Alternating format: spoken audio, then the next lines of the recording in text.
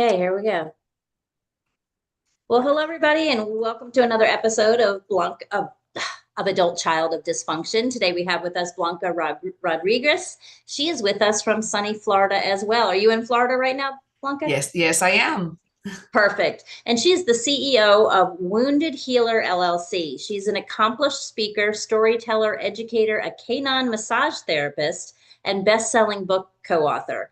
Blanca has dedicated her career to helping individuals understand the long-term effects of untreated childhood trauma and how music, laughter, and dance can provide a creative outlet for healing and transformation. Blanca's contribution to the personal growth world has helped individuals improve her quality of life by helping them understand that life does not get better by chance, it gets better by change. Is that your tagline? Because I love that. Oh, yes, it is. Thank you. Thank you. I was gonna say, because I know I hear a lot of them, but that is definitely like I'm always like, it's choice. You have to choose, you have to decide. But I like that. It doesn't get better by chance, it gets better by change. And so Absolutely. I love it. And honestly, obviously, change is what you help promote. Mhm. So I'm going to jump right in because I want to ask you, how did you get into, or do you do on a regular basis the canine massage therapy? Yes, I actually do. And this is very interesting. And thank you for that question. I've been a licensed massage therapist for 20 years. And as part of our licensing is our obligation to have continuing education courses every 2 years. I was looking for something more interesting to do. I've been doing this for 20 years already. And I'm an animal lover at heart. I grew up around animals. Dogs are my thing, definitely.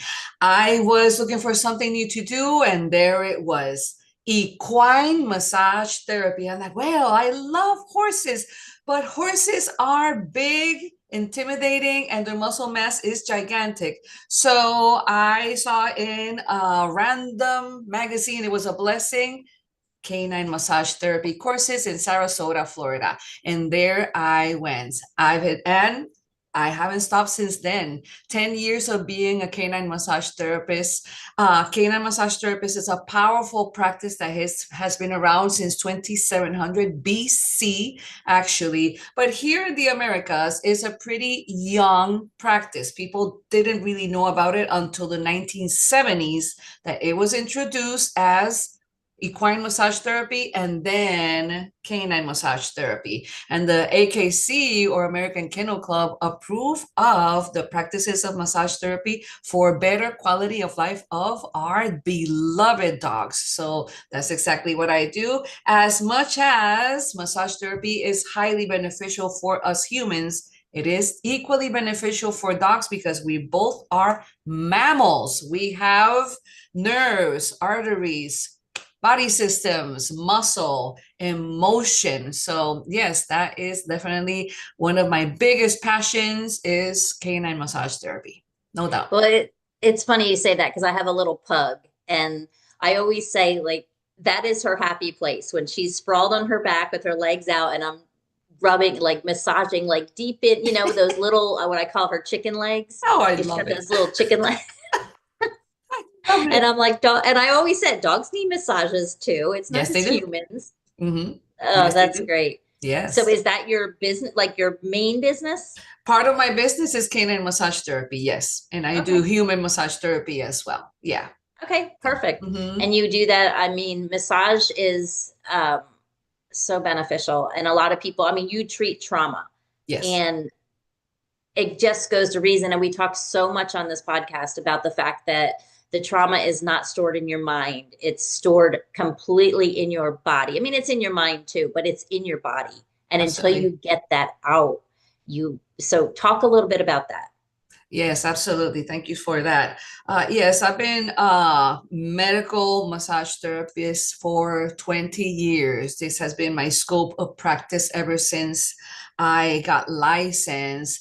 I have worked in many environments, but one of the most powerful environments that I worked at was at rehab centers for drug abuse and alcohol abuse. I worked at two of these powerful facilities, and the most important part of this is that in these places, people have nothing to lose because they lost it all. And the place where, I mean, that is filled with strangers, where I experience more brutal honesty than anywhere else in my life, was in these centers. And most of the time, I could say like 98% of the time, that people get numbed by drugs, alcohol abuse, whatever the case may be, whatever the addiction may be, the root cause of it is childhood trauma. There's no doubt about that. I come from childhood trauma, and all I needed to do is say, how are you feeling today? And the box will open. And definitely, if there is something that all patients that I took care of in these years, it was this: they felt better with a 7-minute massage than they felt in a full session of psychotherapy, than Yes. they felt with having pills to numb their pain. Because that's a big problem with recovery centers here in the state of Florida, is that they substitute an addiction with another addiction. They numb Right. people with pills so they can supposedly recover. To me, that is not the answer. That is not the road. They have feel, and I can confirm this because I took care of over 3,000 people in 1 year. And what they will, almost all of them will say is like, a massage did much better than me than the damn pill. And definitely it was a great help to their recovery process. Yes, emotions are stored in the body. Stress levels that we have in our mind will reflect directly in our body in the weakest points that we have. For example, you have the tendency to have migraines, you get stressed out, guess what's going to happen? A migraine will follow. And like this, so many other parts of our bodies that, yes, the body keeps a score. And we Mhm. may have some kind of trauma when we were even babies, and your body will remember for the rest of your Yeah. life. Now, how are we going to address these challenges? That's another story. And massage therapy is a beautiful, powerful way to address being in touch with our bodies, recognizing that our bodies deserve to feel better, to heal in some other way, versus besides a medication, because Yeah. medication is a temporary fix for a permanent issue. And definitely we got to be very, very aware and create that mindfulness about how are we gonna, what is gonna work better for me. Is it gonna be taking on a leave because I have a headache, or is it gonna be, let me book a massage with this person because my full upper back is hurting, and when the leave is, the effect is gone, then the pain will come straight right back. So Well, yeah. and not only that, but like you said, if you go into a recovery center, I mean, these people are stuck and trying to break the habit of turning to something external when things are not going as well, or when they can't cope. It's very easy. We're a quick fix kind of nation. We want to That's just a right. quick fix. And Hmm. sometimes, yeah, I mean, yes, that pill, I mean, sometimes even just holding that pill and getting ready to hand it to someone has been shown to lower their cortisol levels. Like their stress like drops because they know they're going to get it. But what Absolutely. if we could take them outside and run them around, or like you say, dance with them, play with them, Hmm. distract them in another way, Hmm. and let them just get it out of their body? I was talking to my husband the other day, and he said something about, I wish I could shake like a dog. And so we got in that conversation about how the dogs shake to reset nervous systems. I'm like, Absolutely. sometimes you need to, sometimes you just need to like shake Hmm. it like crazy. That's right. I mean, it's just so vitally important. So your work is the trauma. Do you still work in the recovery centers or no? No, I don't work in the recovery centers anymore, but I work in a wellness center. And this Okay. wellness center is more of a holistic approach to medicine. There is a nurse practitioner, there's a medical doctor, and then there is me, and then there's a nutritionist, holistic life coaching. I do holistic life coaching too, mental health counselor. It's a beautiful facility that offers whatever works for you in a holistic way, east meets west. If you need your medication for whatever the case may be, but you can have the help of a massage, of a meditation session, Reiki session, energy work that is so powerful, then it's more than welcome as well. But yes, what the mission that I fulfilled in these recovery centers was the one of the most impactful things that I have ever done in my career as a massage therapist, because I was in that trauma. I was that loss for many years of my life. I was depending on alcohol and drugs to numb my own pain. So I know exactly where these people come from when it comes to, it's like, okay, I am lost in my silence. I am lost in my shame. How am I going to channel all of these? How am I going to let it out if I even let it out?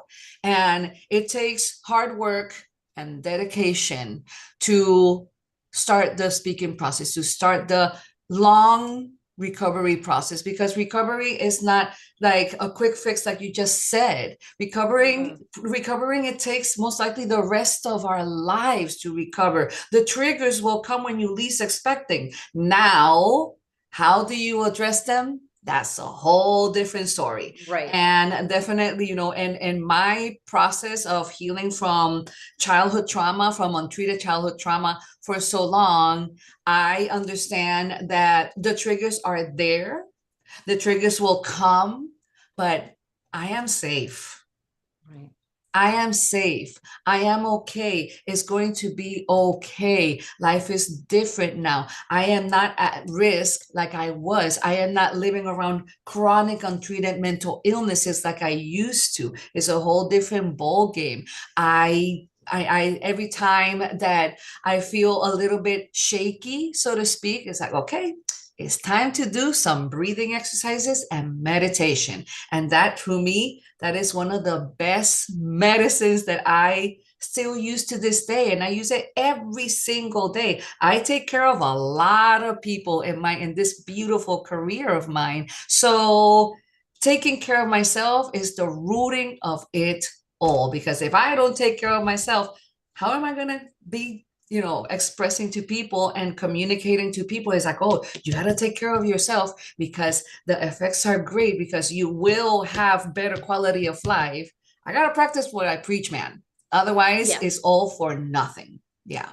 Exactly. And just the fact that, I mean, like you said, if you're not feeling safe, the people that you're working with are feeling that you're not feeling safe as well. Exactly. So it's super, super important. So you talked about breathing, you talked about meditation.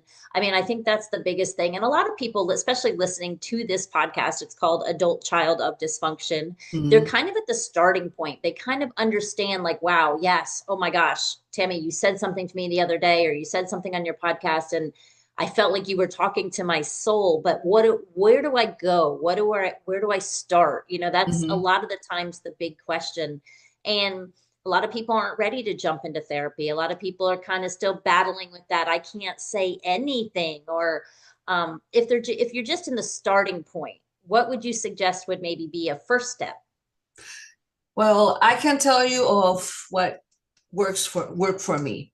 I was in the world of silence for 47 years of my life. That's a long time. And what worked for me, little by little, because now we have this age of technology. And yes, there are many bad things, but there's many things that are within reach, which are many people. And YouTube University to me is a powerhouse. I listen to Brene Brown. Brene Brown is a powerhouse, this woman. I went to Anthony Robbins' Unleash the Power Within. That was the first big event that I did of personal development and healing. And it was online while the pandemic was happening. And it was transformational in my life. And I was alone in a room going through this healing process. I didn't really reach out to nobody because that was, I mean, for me, that was my biggest fear was how am I going to reach to anybody when I don't feel worthy about it?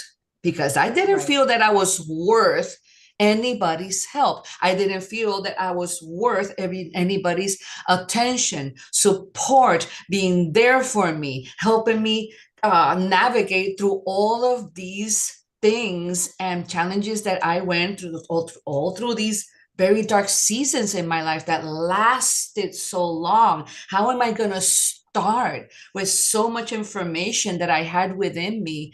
And I started with just jumping in.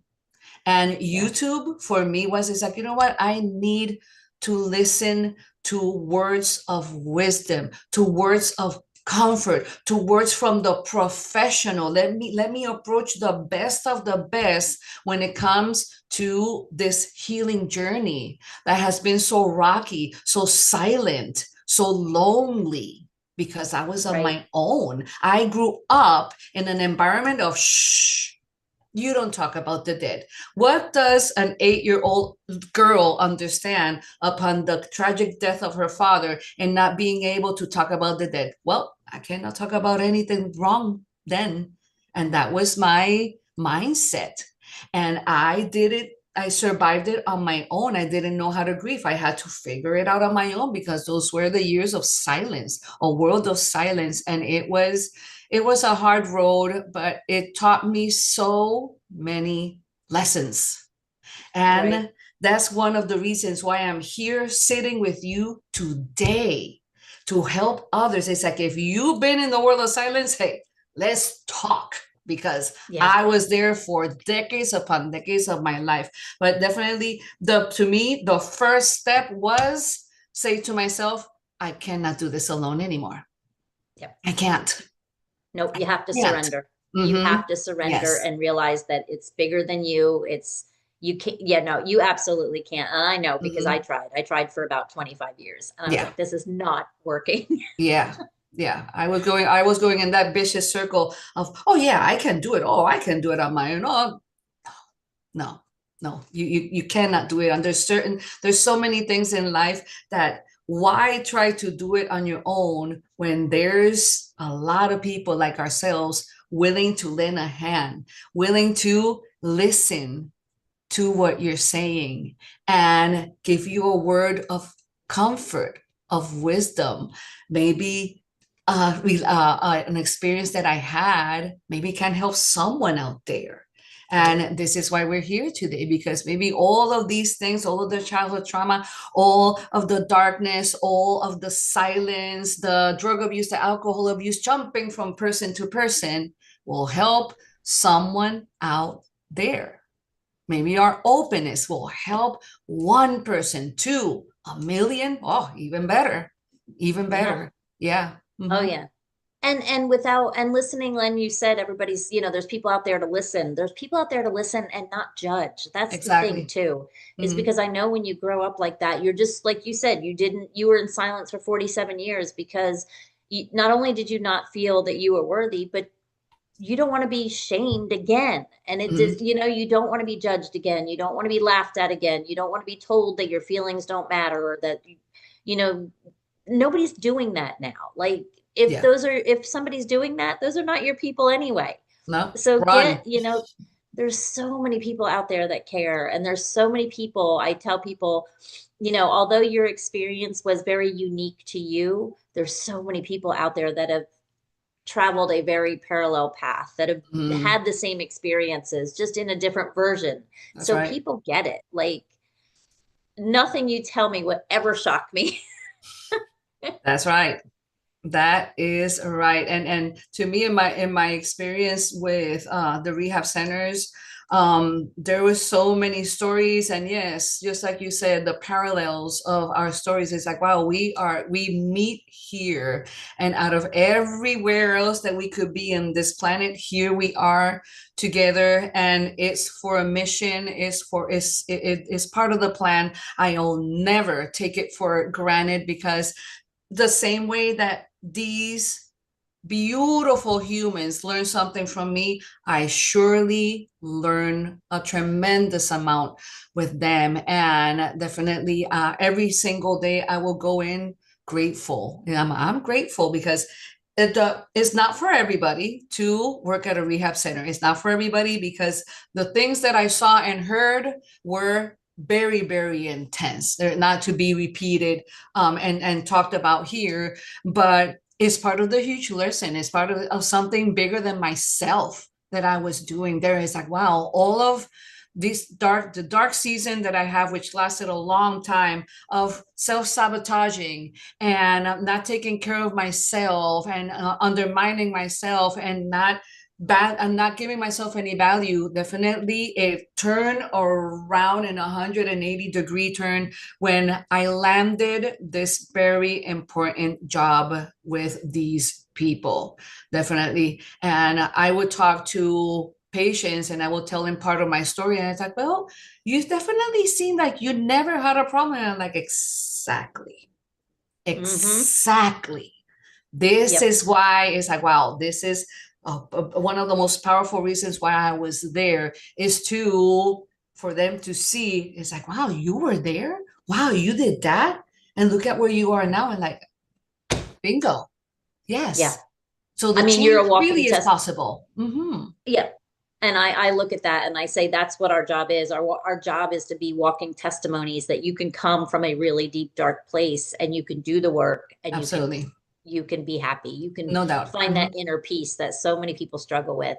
Mm-hmm. I know I remember, and I don't know who the psychologist was, and I said this a couple times. So if you're out there listening and you've already heard this, I'm sorry, but and she says just that one piece of that unworthiness, because that's where it all stems from. It all stems Mm-hmm. from that belief that you're not worthy from whatever was fed to you as a child. That's Yeah. really what it is. Mm-hmm. And she said, picture your favorite ice cream and think about how that feels in your body. And it Mm-hmm. feels warm, right? You picture your favorite food or curling up on the couch with a bowl of ice cream, whatever it is, and it feels warm and fuzzy and happy. Right. And then say to yourself, I deserve all good things, and Mm-hmm. sit with that for a second. Because That's some right. people go like, I'm over it. I did it. I did the work. I'm over it. But then when they do that one little test, and then all of a sudden they get that little twinge in their stomach or their back tenses or their jaw tightens, it's like you still don't feel 100% worthy. So Mm-hmm. that's, it's kind of like a very good, easy, quick test to see where you're at. And you can do it with anything. Like you said, your body keeps score. So Yeah. any question, it's like muscle testing. Any question you ask yourself, you're going to get some kind of physiological reaction. That's right. That is absolutely right, without question. I love essential oils. I love aromatherapy. And as an aromatherapist, the first thing that the first approach for aromatherapy is this. You show the bottle to the person, and then it's like, okay, smell the scent. If your body backs off, you don't need it. But if you're like, Yep. oh my God, that smells so good, then your body is receiving it because it needs it needs that essence. So it's very interesting how, yes, our body really does keep the score. There's even a book that is called The Body Keeps Its Score. I Love it. highly, oh my God, that was one of this, okay, another wake-up call, and another wake-up call is like, yeah, absolutely, absolutely. I'm a sexual violence survivor myself, and I had issues with my reproductive system. And yesterday, I'm sharing this with you because it's very important. Yesterday, I went to a OBGYN for the first time in many years, because I was running away from going to an OBGYN, feeling baited with going there against my will, being seen against my will, being tested against my will. For the first time in my life, I told the practitioner, hey, I'm a sexual assault survivor. Please be gentle with me. And it was one of the most liberating experiences that I had in my life. And I was like, wow, I never did this before. I told the practitioner even, it's like I never told anybody. So this is about still breaking my silence. At age Yeah. 60, I'm still breaking my silence with something as intimate as it is going to the doctor. I spend my whole Right. menopausal stages on my own. I did everything on my own, everything. And honestly, my menopause stages was not that bad. I just followed and I did a lot of research. I did my own homework. Right. I don't recommend that everybody does what I did. Don't do what I did, but definitely, that was a big stepping stone in my life to let the nurse practitioner know where I was, where my trauma comes from. And she was extremely gentle and I felt safe. Here we go again. I felt safe in this woman's hands, and I'm very grateful for that. Yep. And no, and it's huge. Hmm. That's a huge step. And it just goes to show you it doesn't matter how old you are, which I'm still blown away by the fact that you're 60, because anybody that's out there, if you're watching this on YouTube, she doesn't Thank look you. 60, right? Thank you. Thank you. When you Thank said you, the first Mama. time we talked and you said I've been keeping my silence for 47 years, and I'm like, so pre-birth? I was like, I wasn't going to question you on it because I'm like, okay, I just met her, so I'm not going to say anything. But yeah, that Thank was you. funny. That was great. But no, I mean, it makes a difference. And think about now, like if you're out there listening and you're younger and you're not 60, have those conversations now. Sometimes those conversations are the hardest to have, but Hmm. how, like you said, how liberating. Yes. And had you done Yes. that when you were 25, Hmm. the whole trajectory of doctors and having that annual exam and all of those things would have probably been 100% difference. Absolutely. 100% different. Absolutely. Without a doubt. Without a But doubt. That was an open door for me. I mean, it was really, really liberating. It was empowering in a big way that I finally tell a practitioner that this happened to me. So please be gentle. And it was very empowering. Definitely. I'm very, very grateful for that moment. I mean, in a big way, I feel it's like I kind of needed this. yeah. I needed that. And it's like, this is another step to my recovery at this age. So remember, everybody out there is no certain age for recovery. You can recover, you can restart that button at any age, no matter what. Mm-hmm. You're worth it. Yep. Hmm. Yes, absolutely. And I think that's the biggest message. And that's the biggest message I try to share with people is just every single step you make forward is worth it. And also to Hmm. remind people too that it's not linear. How many times during your recovery did you go forward and then That's steps right. back? That's right. Hmm. Yeah. You Yeah. know, This is, there's it doesn't come with an instruction book. That's for sure. Hmm. no, and there's no shame in 57 years old getting triggered by something and having to work Absolutely. through something. Like you said, that's just I truly believe that God doesn't give you any more than you can handle. Hmm. So as you get stronger, he unravels a couple more layers here and there. So, So true. and that's why it's a lifelong thing. It's not, you don't see a stop sign up 4 years from now and go, oh, when I get to that stop sign 4 years from now, I'm going to be good, Yeah, because that's not what it's about. But like you said, it's about being able now to take something that triggers you and very easily and safely cope with it and deal with absolutely. it. Absolutely. Big time. Absolutely. Without a doubt. Yesterday was I mean, I was triggered and I am so thankful that I have an amazing husband that I can he's my best friend and he knows my story entirely and I called him and I told him, listen, I am not good with this appointment that I'm going to. And he was there to support me and definitely feeling that support, especially from a man, it's a very important part of my recovery. I'm grateful for him. Yeah, Yeah. tremendously. Yeah. Hmm. And hopefully everybody out there listening has that one person. And it doesn't always have to be your spouse. It can be a That's right. best friend. It can be a therapist. It can be a coach. It can be Hmm. anybody. It can Hmm. it can be the crossing guard that when you walk your kids to school. That's right. That's right. You just want, everybody needs that one person, especially when you're younger. And they say that even with children that are going through that kind of trauma, if every child had one supportive, at least one where they could go to with absolutely everything, the trajectory of your life would be 100% different. Oh I yeah. didn't have that person. You Me probably neither. didn't have that Mm-mm. person. Mm-hmm. Yeah. So Yeah. I can remember saying to my kids, hey, if you don't feel safe coming to tell me something, find someone. Find someone you can tell. If it's a teacher, if it's a guidance counselor, whoever it is. If you Yeah. don't trust me with it, trust someone with it. Absolutely. Absolutely. That's what I tell my kids too. They are full, they're adults and they live their own lives, but definitely I tell them, I always tell them, I'm here to lend a hand. I'm here to listen. I'm here to make you company. Even if you don't want to speak a word, I'm just here because I want you to know that you don't have to go through this alone. But if you have a friend, if you have a therapist, if you have a coworker, if you have whatever the case may be, but make sure that it's someone that will give you words of support, not Yes. criticism.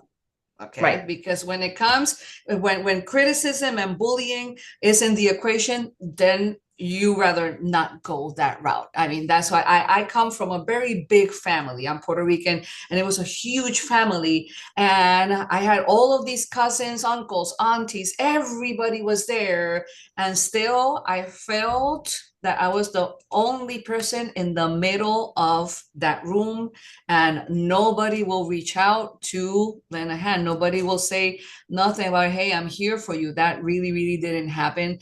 And that I take as a lesson and as words of wisdom for someone that is, I know, don't do it alone because it's not easy. The world gets much more complicated than that when you even try to do things alone, because it's not real. Definitely. No. It's not real. Yeah. Mm-hmm. No. And also, we don't know what we don't know. So Mm-hmm. what you're thinking is, especially when you start on the journey and all of your feelings, all of your emotions, everything is wrapped up in memories or what was kind of dictated to you. Right. It's like I tell people, it's even like when you start affirmations, it's good to have somebody to validate even those affirmations, because you can say, oh, you can wake up in the morning and you can look at a picture of yourself on the mirror and say, I am beautiful, I am amazing, I am good, I am worthy, I'm going to stand up for myself. But the first time the rubber hits the road and you got to make a decision, you're not now coming from that logical person that just said all those things. You're coming Right. from your subconscious. And so you're Mm-hmm. going to act differently. Yeah. So that's why I think that's one of the biggest reasons in having that support system too, is that what you see is your normal. Yeah. So you think you're just going to continue those patterns because it's your norm. Yeah, that's right. That's right. Until you get out of that comfort zone and start breaking the chains of generational trauma. That Mm-hmm. is a big, profound, lengthy process. That is for Yeah. sure. Yes, yes.